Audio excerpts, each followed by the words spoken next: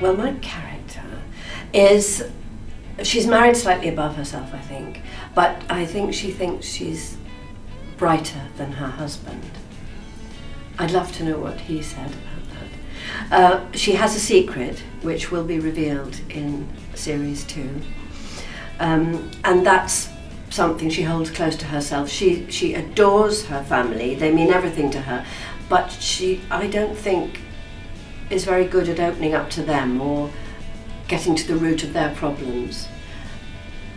She's very sympathetic, but probably without much wisdom to know how to help them. She gets made up in the mornings, which I don't. So the differences between her and me are that she wears clothes like this and shoes like this, which I don't. I came in my Uggs today. And when I go to the supermarket, I don't wear makeup and I don't dress up. I just have a tracksuit on, which she would no more do than fly to the moon. The difference between this and Mrs. Brown's Boys is that this is all location-based, filmed without an audience. And Mrs. Brown's Boys, you do 2 shows on a Thursday in front of a live audience in Glasgow.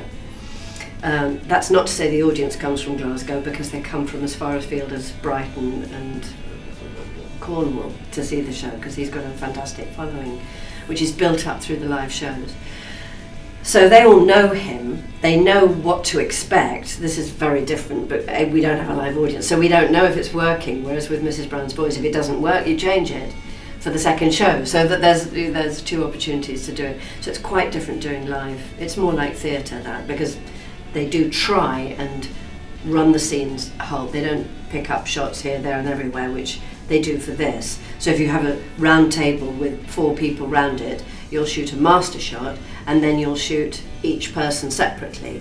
When that doesn't happen at all on Mrs. Brown's Boys, you just shoot the whole thing like a theatrical experience. I think Mrs. Brown's Boys is a one-off because of Brenden O'Carroll. I don't think you could try and do another show in the manner of, because without him it just wouldn't work, I don't think. Though they have done it in Lithuania or somewhere with a completely local cast, but they had our director working on it, Ben Kellett.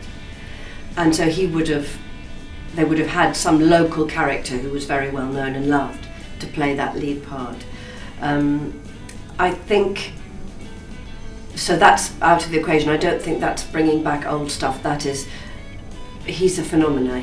And he has built that up through hard work, 20 years on the road, creating that character and making it solid. So that's just a unique show from that point of view. I have to say it's 50% less stressful than the first series, because we all know what our jobs are, what we're here to do. We know what our relationships are. Working with Jeff is heaven, because I've known him since I was 20. We share various historical backgrounds in that we went to the same drama school together.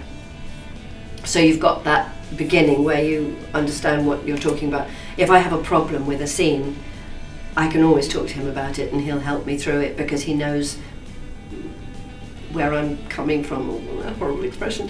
So he's amazingly helpful. Everybody has developed amazingly, I think, in this series. Just in themselves, everybody's more solid in knowing what they want to do in this series. So it has been lovely, and I hope if we did series 3, we would begin to really fly and tell the writers what the characters would say. That's a dangerous sign.